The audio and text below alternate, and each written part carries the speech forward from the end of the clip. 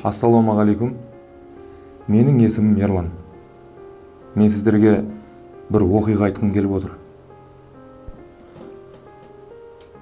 Оқиға қайыршы туралы. Кәдімгі қайыршы. Бірақ ол сіздер ойлаған қайыршы емес. Сана деңгейіндегі қайыршы. Бұл оқиға Бағдар деген қайыршы туралы.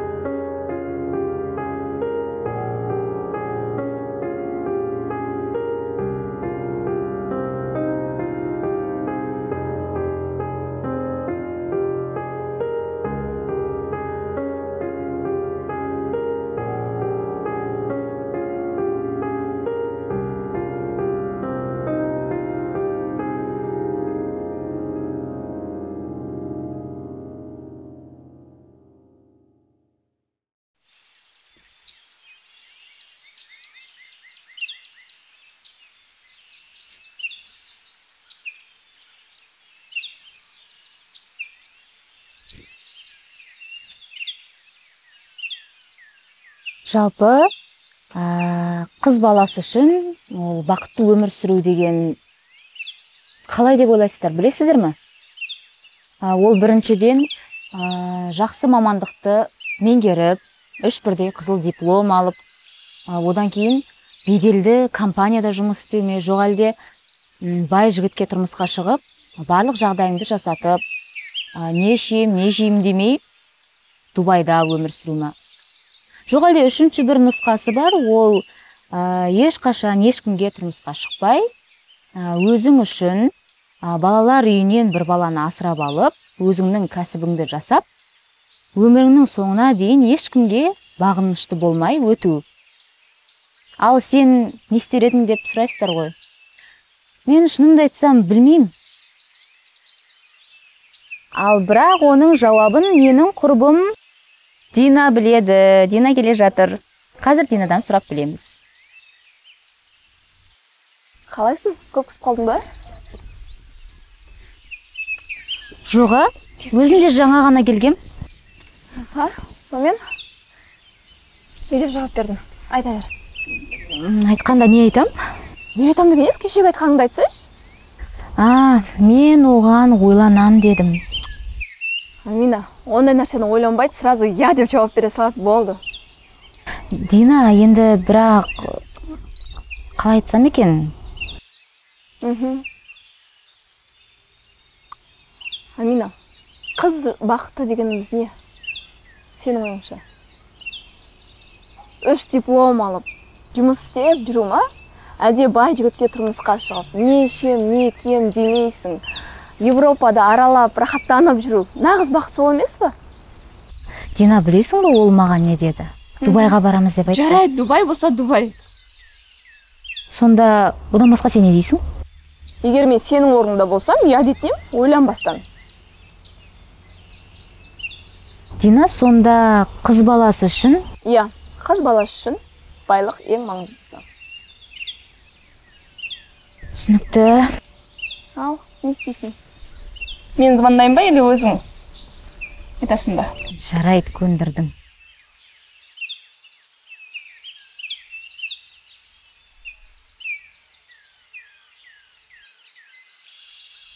Алло, бұл мен ғой, Амина. Не, екеуміз кездесе аламыз ба? Жарайды, жақсы.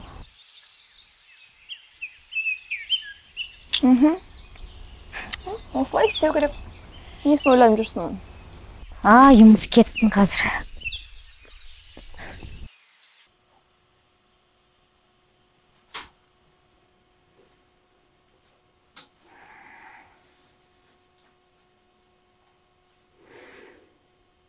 Мен өзімнің жасым небәрі 23 жаста болғанына қарамастан, өзімнен жасы 40-та болса, өзімнен жасы 17 жас үлкен жігітке тұрмысқа шыққалы отырмын. Мұның сыры, мұның мәні неде деп ойлайсыздар жалпы? Махаббат па, жоқ, әлде ақша ма? Менің ойымша, махаббат. Мен оны ұнатам. Ол да мені ұнатады. Сияқты.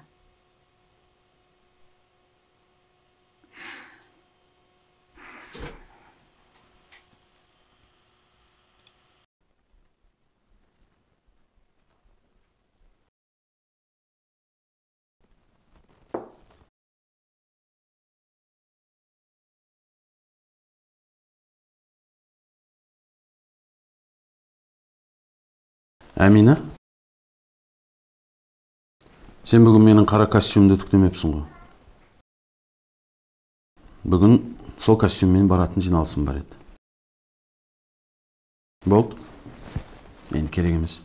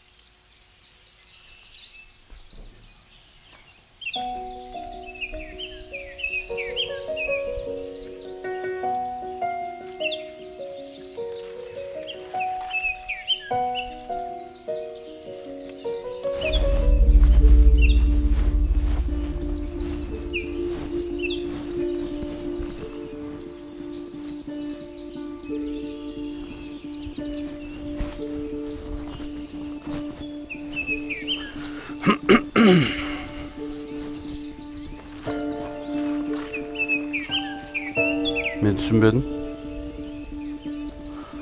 Қашынан бері менің есігім алдына жабайы иттер жиналатын болған. Мен саған қашан қайтам я? Жабайы иттерді үйірғыма үйге деп. Енді қарны ашып тұр ғой. Қарны ашса бар қоқыстан жесіне. Тұр, шоғал бар.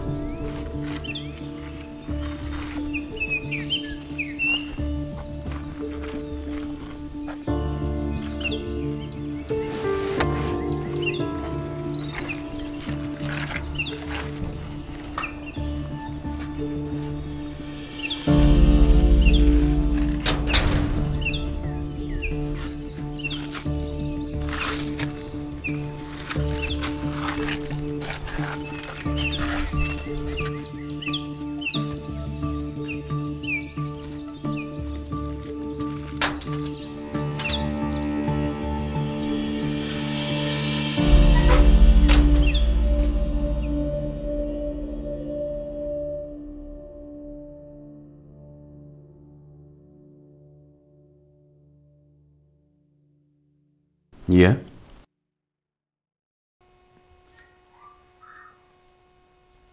Сіздің кәсібіңіз жүріп тұр. Шаруаларыңыз дөңгеленген. Елдің бәрі сізді сыйлайды. Не ішем, не жейм демейсіз. Құдайға шүкір. Иә, шүкір. Бірақ сол шүкір дегеніңіз тек сөз жүзінде ғана болып жатқан жоқ па?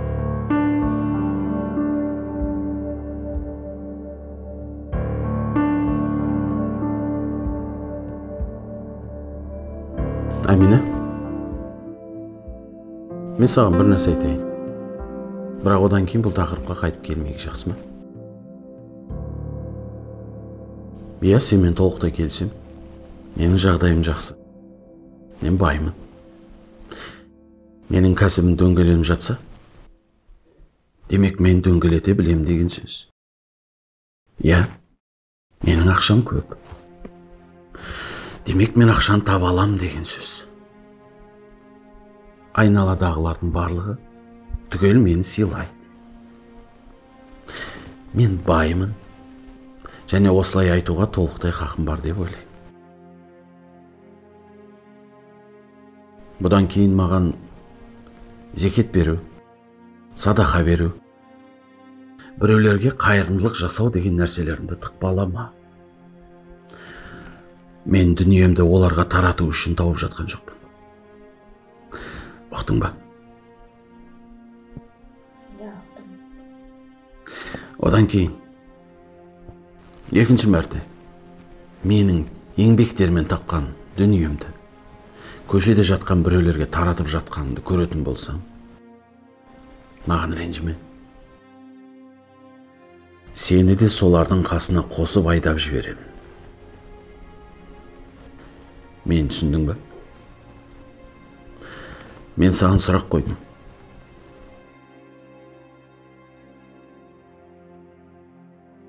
Менің көзіме қарашы.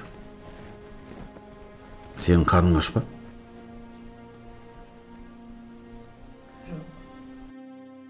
Сенде бәрі бар ма? Жаурап, тоңып жүрген жоқсың ба? Міне тамаша. Ендеше өміріңді ары қарап сүре бер.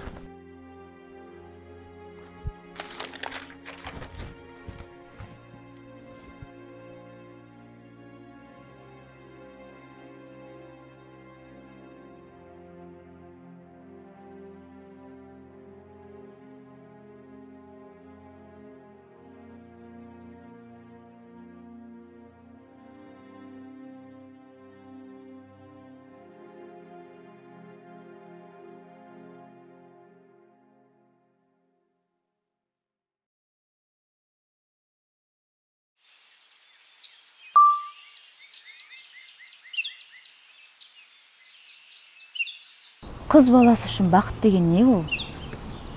Не нәрсе? Қалай болады? Қандай болады? Білесіздер ме сіздер? Мысалы, мен білмеймін. Мен білмеймін бақыт дегеннің қандай болатынын, бақытсыздық деген қандай болады. Бақыттың, бақытсыздықтың қандай болатынын жалпы екеуін мен ажырата алмаймын қазір, шатасып кеттім. Мен бұрын ойлайтынмын, бақыт деген ол егер сенің әдемі үйің болса, әдемі машинаң болса, киімдерің болса, алтындарың болса деп.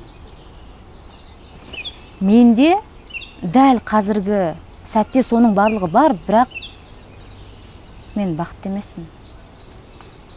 Сіздер түсінесіздер ме, білесіздер ме осының сырын? Мысалы, мен білмеймін, неге, не үшін?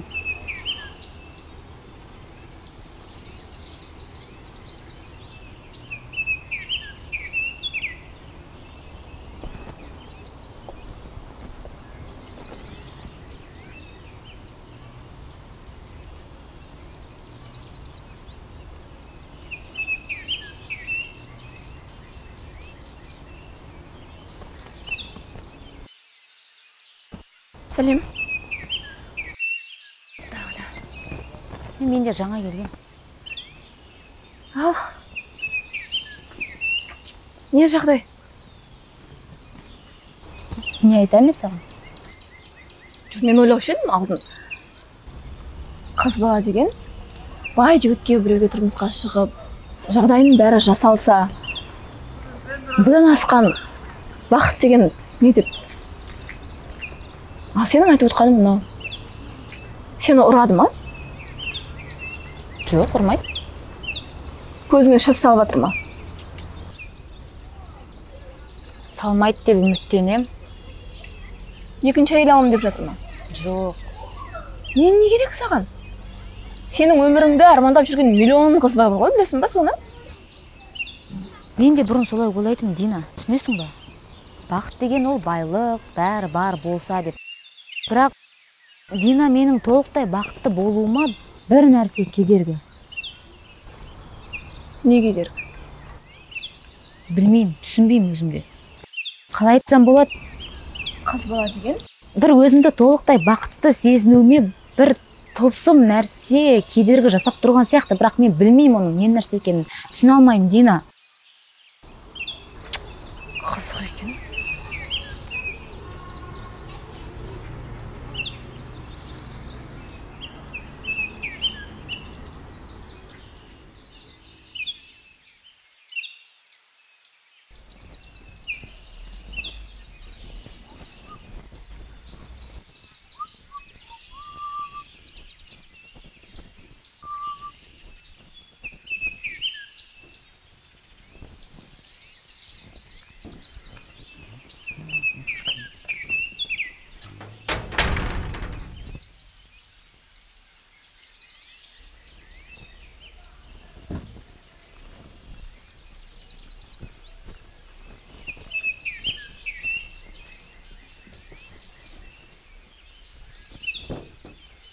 Ассалаумалейкум, көрші. Әлейкум.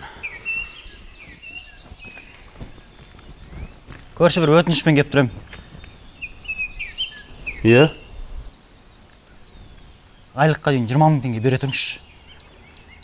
Ана кеше аяқ асты әйелім ауырып қалып, ауруханаға түсіп қалды. Сонымен анау дәрігерлер қымбат дәрілер жазып берді. Оны алып берейін десем, анау кішкене ақшам жетпей тұр. Соған бере тұрыңызшы. Ертең айлықтан қайтарам. Кішкене қалды.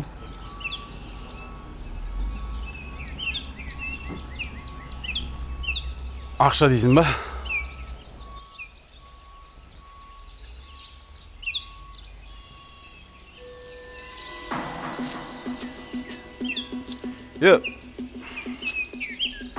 Бар осы болып тұр. Мә, көмегім болсын. Ау? Қоя бір.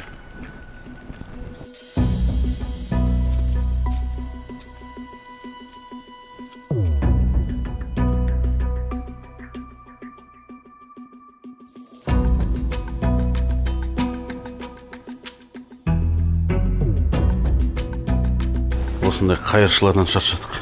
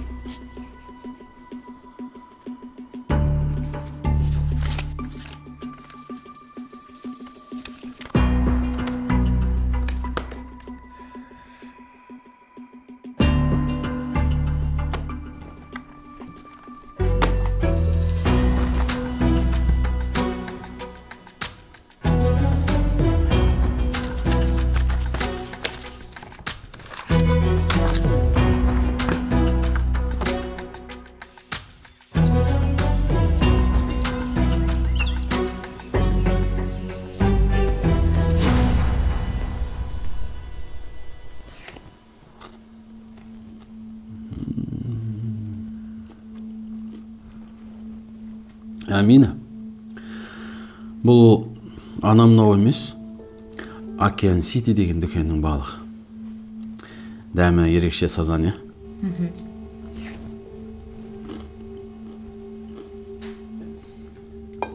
Кейде осындай болады. Жұмыста жүресің, қажисың, шаршайсың. Бір кезде ағзаға бір ерекше витамин керек болады. Ас болсын.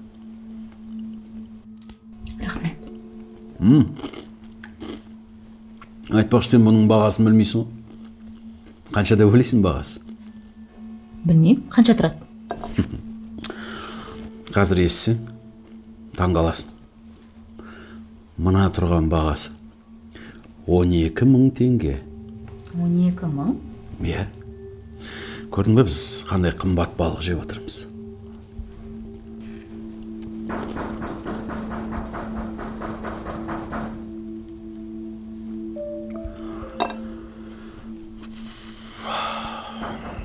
Енді жетпеген осы еді бізге.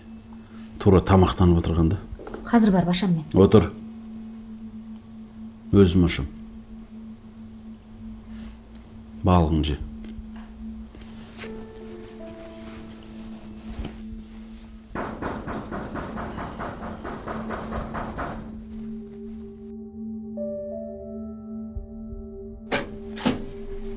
Бұғайсың е?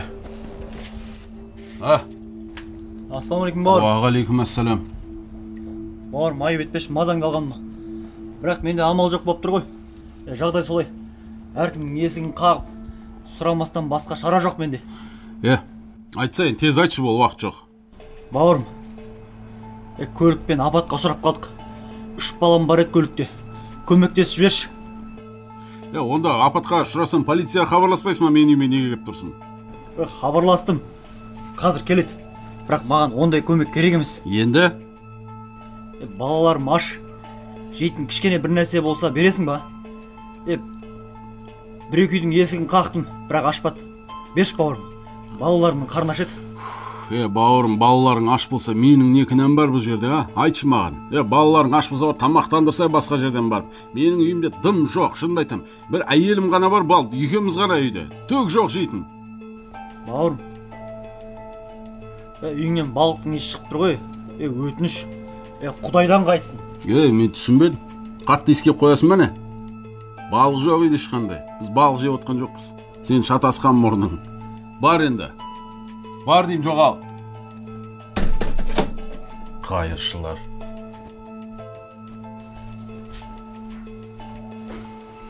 Кім екен кеп тұрған? Қайыршылар осы баяғы. Біздің үйден басқа баратын жері жоқ олардың ше. Біздің үй кәдімгі қайырымдылық үйі ғой, бәрі келіп тұрады. Не сұрап жатыр? Білмеймін. Апатқа ұшырадым дейді ма, балам апатқа ұшырадым дейді ма, жейтін бір нәрсе бер, одан кейін бүйтіп қояды, үйіңнен балықтың иісі шығып тұр дейді ма. Қуып жібердім мен, қысқасы келмеді едім мұнда. Енді балықтан кішкене бере салмадыңыз ба? Әне нан тұр, ертең бекерге көгеріп кетеді.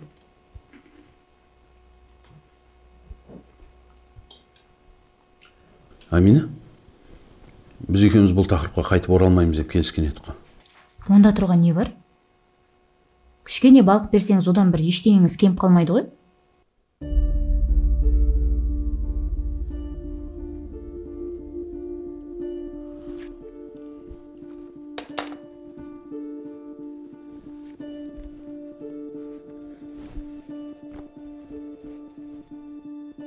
Мен түсінбедім.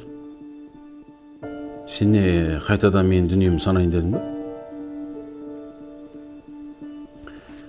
Не үшін беруім керек ме оларға?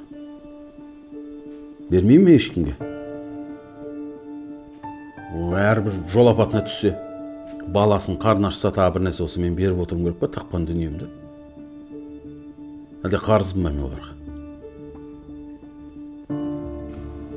Адам садақаны қарыз болған үшін емес, шүкіршілік үшін береді.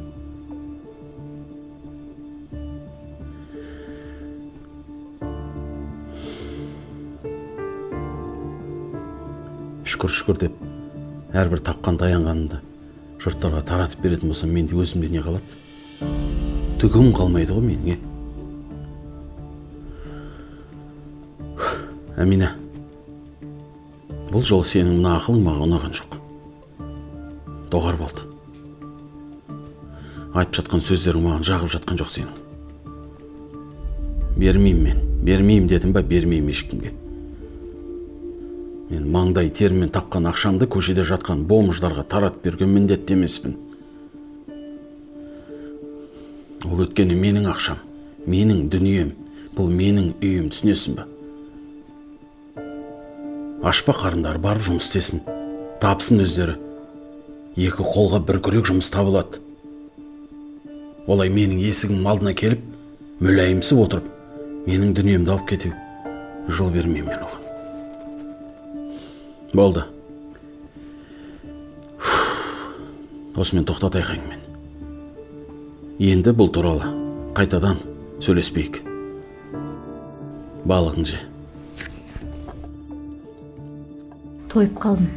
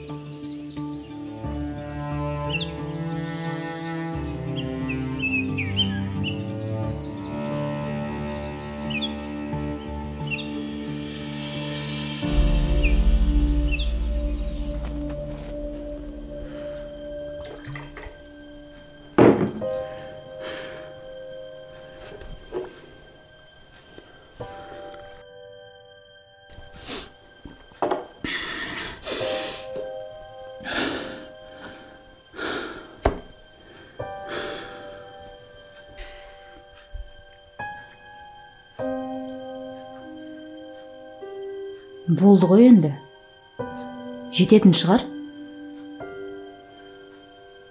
Бір жыл болды ғой істіп ішіп отқаныңызға. Болды енді, жетеді.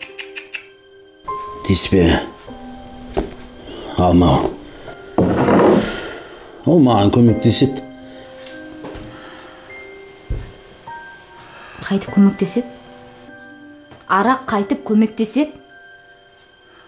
Одан да тұрыңыз, беті қолыңызды жуыңыз. Бұлай кішкене өз-өзіңізге келіп, реттеліп, қайтадан бәрін басынан бастасаңыз? Бастай алмаймын, басынан өткені кеш бәрі. Ештеңе де кеш емес. Қайтадан қолға алуға болады бәрін.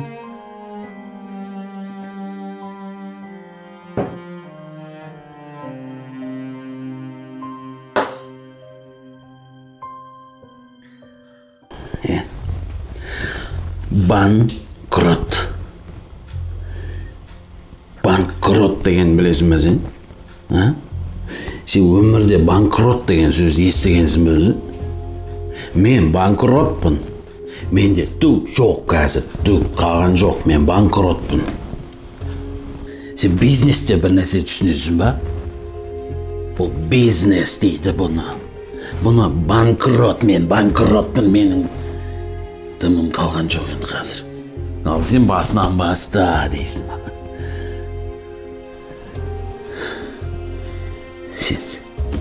Сен саған оның несін айтып отырмын, бәрі түсінбейсің ештеңе екен. Сен миыңа кірмейді да ғой ол бизнес, банкрот деген нәрсе. Сен қолынан тек қана не келеді? Үйде жүру, тамақ істеу, кір жуу, тамақ ішу, әжетханаға бару болды. Жылау келеді. Басқа ештеңе келмейді сен қолынан. Тіпті бала тууда. Болды енді. Мас болып қалдыңыз сіз. Қой орнына. Отыр. Сен отырса жүрме. Мен саған бір сұрақ қоям, сен маған жауап бересің. Отыр.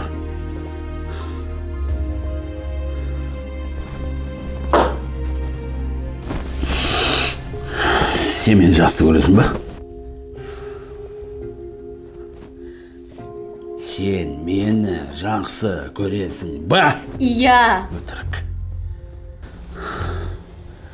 Осының бәрі өтірік. Сен алдайсың мені. Сен мені жақсы көрмейсің өткені. Сен менімен бақыттысың ғой, ә?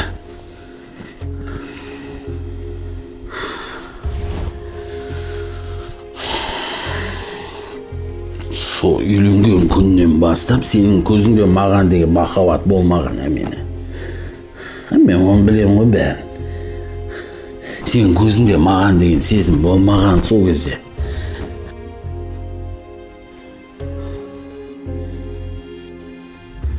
Не үшін? Әмина, соның себебін айтшы маған. Сенде бәрі болды ғой. Сенде дүние, ақша, байлық бәрі болды ғой. Сен сонда да мені жақсы көре алмадың. Не үшін?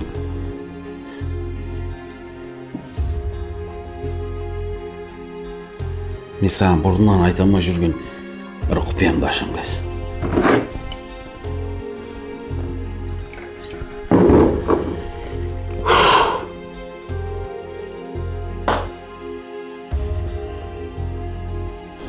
Мен саған бір сұрақ қоям.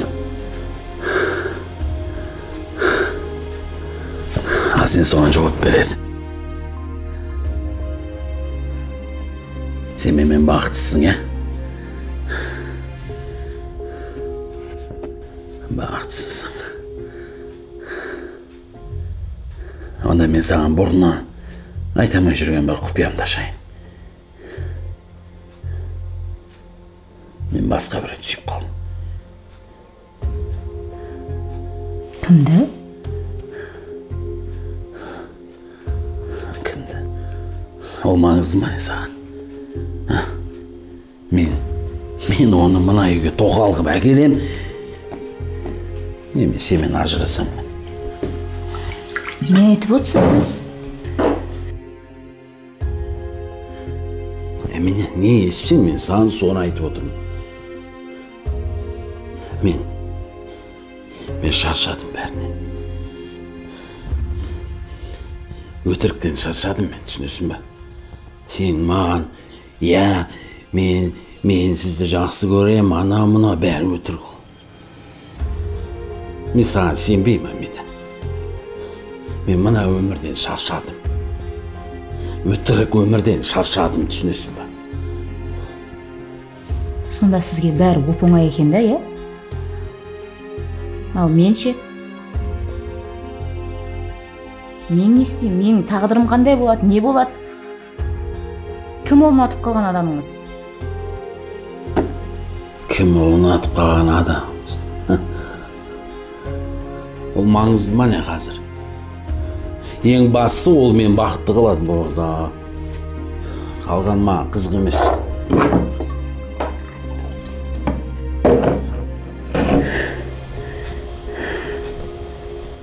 Кетші. Менің өмірімнен кетші.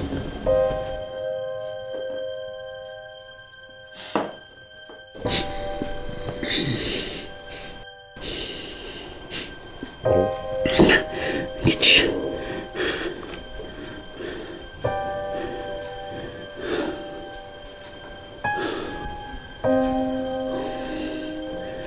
Кетші. Бәрін де. Бәрін кетіңдер.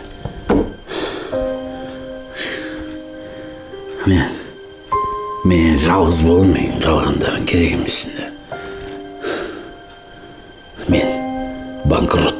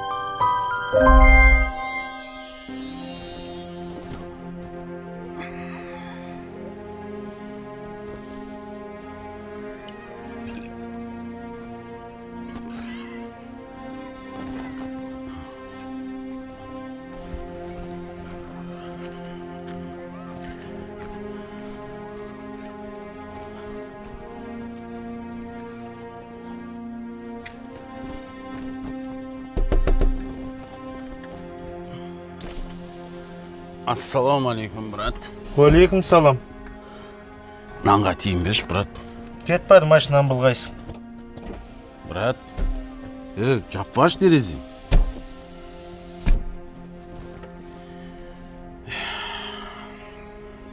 Сондайсыңдар ғой адамдар.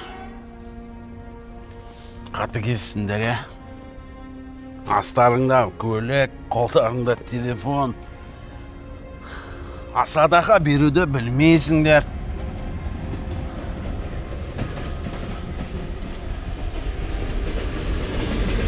Жоғала бәрі.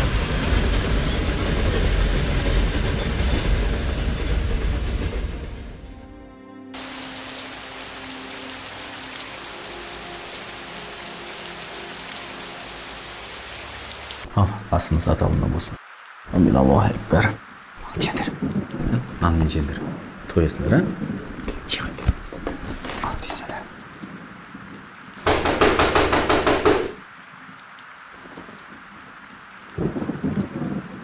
Бұл күн болды екен, мен барып көріп келейін, ha? Тамақтан ченdir, чен. Қазір.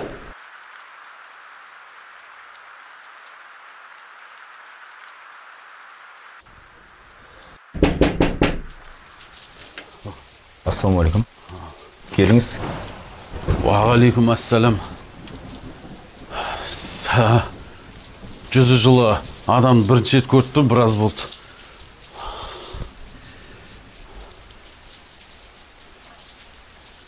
Не керек? Бауырым, мен жейтін нәрсе болса бересің ба? Ыстық тамақ жемегеніме біраз болып қалды. Оның үстіне арысы жаңбырда жауып кетті.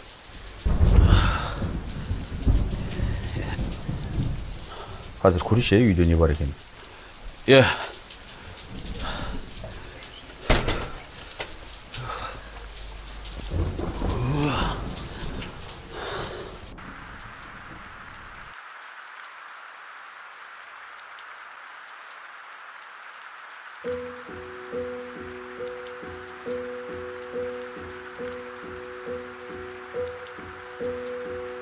Бізде басқа тамақ бар ма?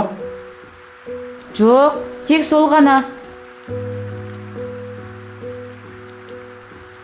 Сыртта бір кісі тамақ сұрап тұрған еді. Мені бересіз? Жақсы, қазір. Мен жұмыста жеп алғам ғой. Че. Не болды бұл екеуі ұялып тұрсыңдар ғой? Ha?